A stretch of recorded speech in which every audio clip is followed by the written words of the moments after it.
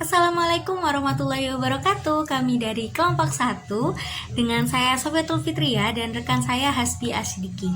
Pada kesempatan ini kami akan mempresentasikan Introduction to Public Speaking dari buku The Challenge of Effective Speaking yang telah kami terjemahkan. Untuk sesi presentasi pertama akan saya sampaikan terlebih dahulu, kemudian dilanjutkan oleh Mas Hasbi. Nah, pada buku yang telah kami terjemahkan ini telah dituturkan bahwa public speaking yang akan kita pelajari berfokus pada pengembangan keterampilan berbicara di depan umum. Tetapi bukan hanya itu saja, kita juga akan mendapatkan manfaat keterampilan public speaking dalam berbagai macam situasi di kehidupan kita. Sehingga diharapkan kita bisa mempresentasikan ide atau gagasan secara lebih informatif dan persuasif. Nah, yang dimaksudkan di sini nih, diharapkan kita bisa melakukan komunikasi dengan baik bukan hanya saat memberikan pidato atau ceramah, melainkan kita juga bisa berkomunikasi dengan baik ketika transaksi jual beli, negosiasi, bahkan dalam hubungan pribadi seperti asmara. Nah, selanjutnya dalam buku ini membahas juga mengenai konteks dalam berkomunikasi. Jadi, ada 5 konteks dalam berkomunikasi yang tertera dalam buku ini. Yang pertama yaitu komunikasi intrapersonal, yaitu berkomunikasi dengan diri sendiri. Biasanya komunikasi ini sering dilakukan secara batin atau pemikiran pilihan, strategi, dan kemungkinan konsekuensi dari tindakan. Nah, contohnya ketika kita menyampaikan pidato, komunikasi intrapersonal mungkin terjadi ketika kita melihat ekspresi bingung di wajah pendengar, kemudian kita sadar, oh, mungkin yang saya sampaikan kurang bisa diterima, dan kemudian kita memutuskan untuk mengulangi penjelasan. Yang kedua yaitu komunikasi impersonal, adalah komunikasi antara dua orang tentang informasi umum. Contohnya ketika kita menyapa seseorang atau membahas kemacetan lalu lintas dengan ibu-ibu penjual nasi bungkus. Kemudian yang ketiga yaitu komunikasi interpersonal, adalah komunikasi antara dua orang yang sudah memiliki hubungan. Komunikasi ini terjadi ketika seseorang menceritakan kehidupan pribadinya, misalnya tentang keluarga atau tentang pengalaman hidup. Kemudian yang keempat yaitu komunikasi kelompok kecil, adalah komunikasi yang terjadi dalam kelompok yang terdiri dari sekitar 3 sampai 10 orang. Ada berbagai jenis kelompok kecil, contohnya termasuk keluarga, kelompok belajar, dan tim manajemen di tempat bekerja. Kemudian yang nomor 5 yaitu komunikasi publik, terjadi di antara audien yang berjumlah lebih dari 10 orang. Bentuk komunikasi publik adalah komunikasi massa, pidato publik, atau orasi. Ketika kita memberikan presentasi lisan di kelas, pada dasarnya juga memberikan pidato publik. Selanjutnya, public speaking adalah proses yang berpusat pada audiens. Filsuf Yunani Aristoteles mengamati, kemudian mengatakan bahwa penonton adalah tujuan dan akhir dari pidato. Hal yang dimaksudkan di sini adalah bahwa kefasihan kata-kata yang disampaikan tidak akan relevan jika kata-kata itu tidak didengar, tidak dipahami, atau tidak mempengaruhi orang yang diajak bicara. Sebagai pembicara, kita pasti memiliki tujuan tertentu yang ingin kita capai ketika kita berbicara. Seberapa efektif kita dalam mencapai tujuan itu akan bergantung pada apakah orang-orang di antara audiens mendengarkan, memahami, dan mungkin bertindak berdasarkan apa yang kita katakan. Untuk itu, penting bagi kita untuk menganalisis audiens dengan cermat, sehingga audiens bisa mendengarkan, memahami, bahkan bisa kita pengaruhi. Untuk itu, kita akan membahas elemen yang harus kita perhatikan. Nah, ada yang pertama audiens. Audiens adalah kelompok orang tertentu yang menjadi sasaran pidato kita. Analisis audiens adalah studi yang dibuat untuk mempelajari tentang karakteristik beragam dari anggota audiens, dan kemudian berdasarkan karakteristik ini kita gunakan untuk memprediksi bagaimana audiens akan cenderung mendengarkan, memahami, dan termotivasi untuk bertindak atas pidato yang kita sampaikan. Contohnya ketika kita menganalisis ternyata audiens kita berusia di bawah 7 tahun, maka pembahasan yang kita berikan harus sesuai dengan umur mereka. Contohnya seperti pentingnya menggosok gigi. Juga dengan penyampaiannya pun harus dengan ceria dan diselingi dengan candaan anak kecil. Saat proses penyampaian pidato pun, audien mungkin saja memberikan kita umpan balik atau feedback secara nonverbal, yaitu dengan reaksi, ekspresi bingung, kaget, dan ekspresi lainnya. Jadi ketika kita tahu bahwa ternyata istilah yang kita sampaikan tidak diterima audiens, maka kita harus menyampaikan dengan lebih rinci dan jelas, juga menggunakan bahasa yang lebih mudah dimengerti. Walaupun sebenarnya kita tidak merencanakan hal ini dalam pidato yang akan kita sampaikan. Kemudian konteks berbicara. Ada 4 konteks berbicara yang mana hal ini dapat mempengaruhi bagaimana audiens memandang pidato. Nah, yang pertama adalah setting fisik, meliputi lokasi, ukuran ruangan, pengaturan tempat duduk, jarak antara audiens dan pembicara, waktu, suhu ruangan, dan pencahayaan. Setting fisik ini mempengaruhi pandangan seseorang audien kepada pembicaranya. Apabila dalam ruangan yang terlalu besar dan megah, sedangkan audiens hanya berisi 50 orang, namun dengan kapasitas 500 orang, maka audiens akan lebih sulit untuk memperhatikan apa yang akan kita katakan. Berbeda ketika kita berada di ruangan yang berkapasitas 60 orang, maka audiens pun akan lebih merasa intens dan lebih mudah untuk memperhatikan pembicara. Kemudian yaitu pengaturan budaya, terdiri dari nilai-nilai kepercayaan, makna, dan adat istiadat sosial dari sekelompok orang tertentu. Nah, hal ini yang akan membentuk dan menafsirkan pesan dalam penyampaian pidato. Penting bagi kita untuk mengetahui budaya yang ada pada audiens, sehingga kita bisa menghindari hal-hal yang mungkin dianggap tidak sopan oleh audiens. Kemudian yaitu latar sejarah, terdiri dari peristiwa-peristiwa yang telah terjadi sebelum pidato yang terkait dengan topik pidato yang akan kita sampaikan. Selanjutnya yaitu pengaturan psikologis, terdiri dari suasana hati, perasaan, sikap, dan keyakinan dari anggota audiens individu yang mempengaruhi bagaimana pesan pidato kita dirasakan. Kita perlu mempertimbangkan bagaimana susunan psikologis setiap audiens. Kemungkinan akan mempengaruhi cara mereka mendengarkan pidato. Contohnya, ketika kita memberikan pidato kepada siswa yang akan melakukan ujian, tentu siswa akan sedang mengalami tekanan untuk bisa melaksanakan ujian dengan baik. Untuk itu, kita bisa menyampaikan pidato dengan lebih memotivasi namun tidak menekan siswa. Selanjutnya yaitu pembicara atau penutur. Penutur adalah sumber atau pencetus tuturan. Sebagai pembicara, apa yang akan disampaikan dan bahasa yang digunakan untuk mengungkapkan ide-ide tersebut akan tergantung pada minat, keyakinan, latar belakang, dan keterampilan berbicara kita sendiri. Selanjutnya yaitu proses perencanaan pidato. Ada 6 langkah dalam proses ini. Yang pertama yaitu memilih tujuan pidato tertentu yang sesuai untuk audien dan acara. Yang kedua yaitu mengembangkan strategi untuk adaptasi audiens. Ketiga, mengumpulkan dan mengevaluasi informasi untuk digunakan dalam pidato.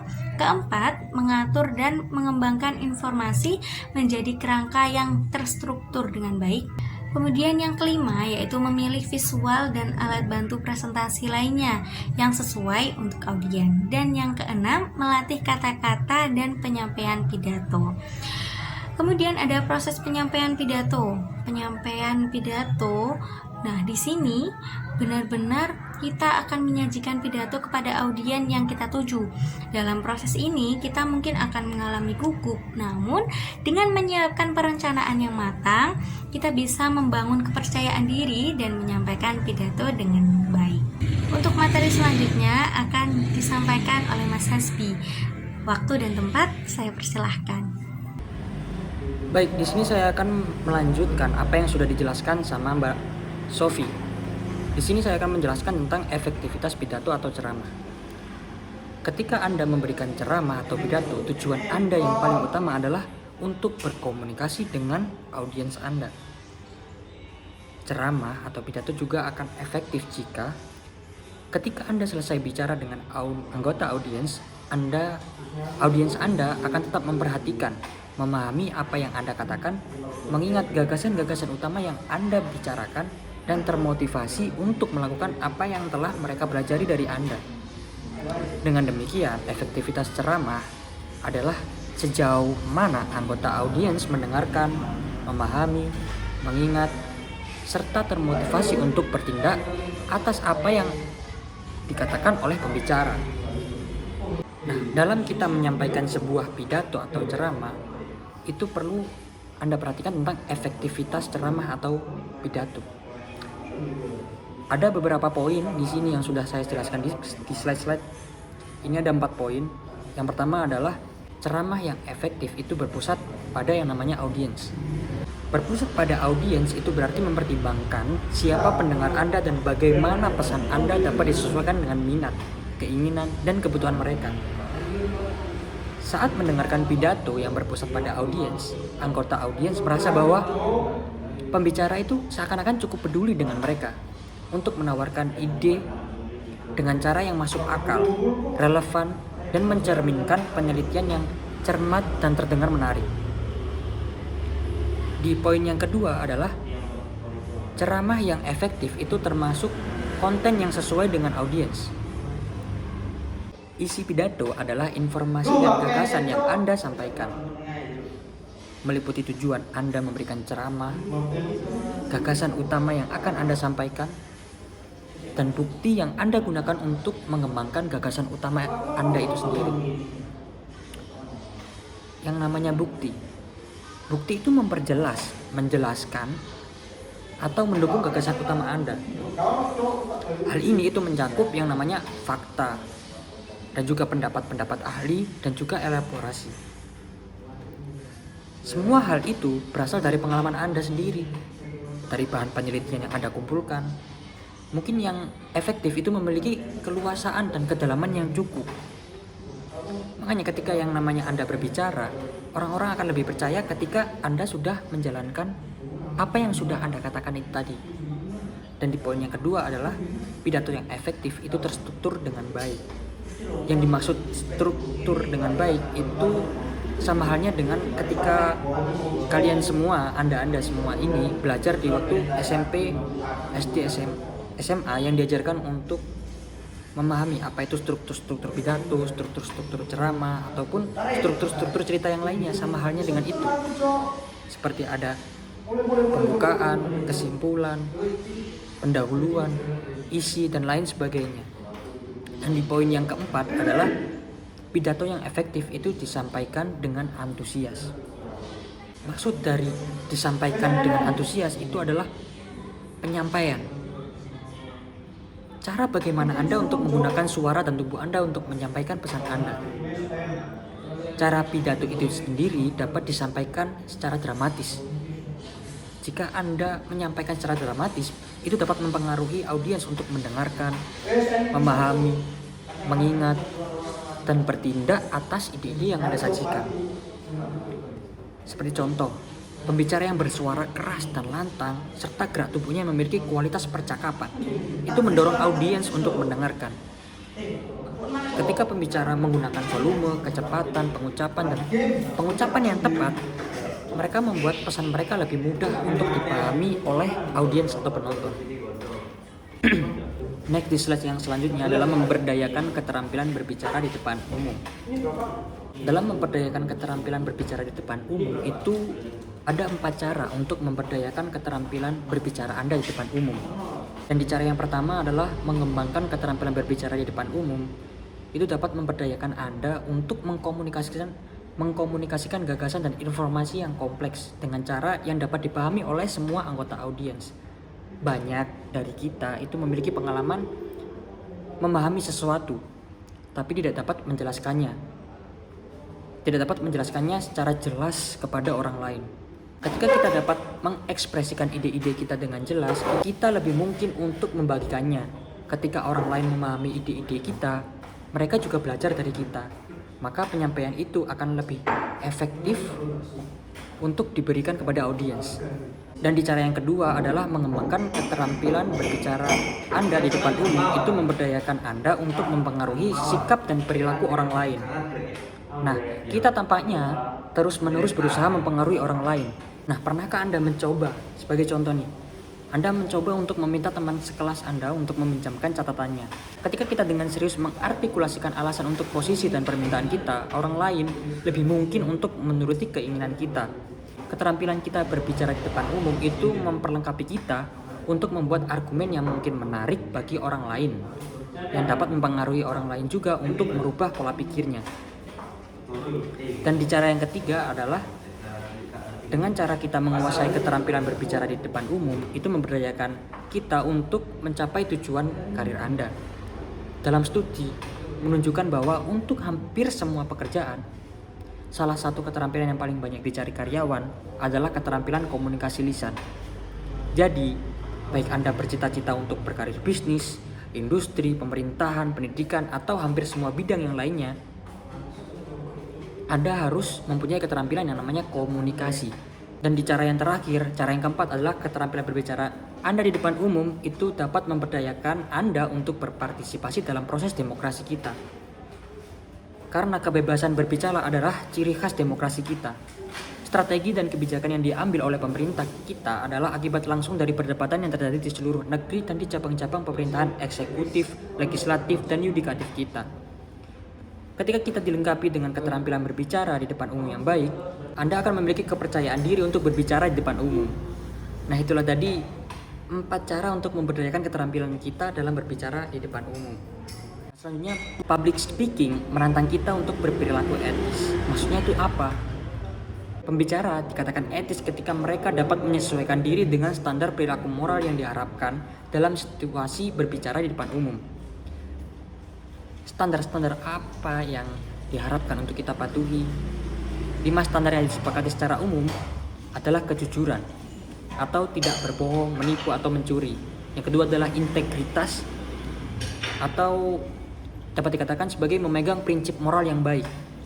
Dan yang ketiga adalah keadilan, berperilaku adil. Selanjutnya adalah rasa hormat. Dan yang selanjutnya juga ada tanggung jawab.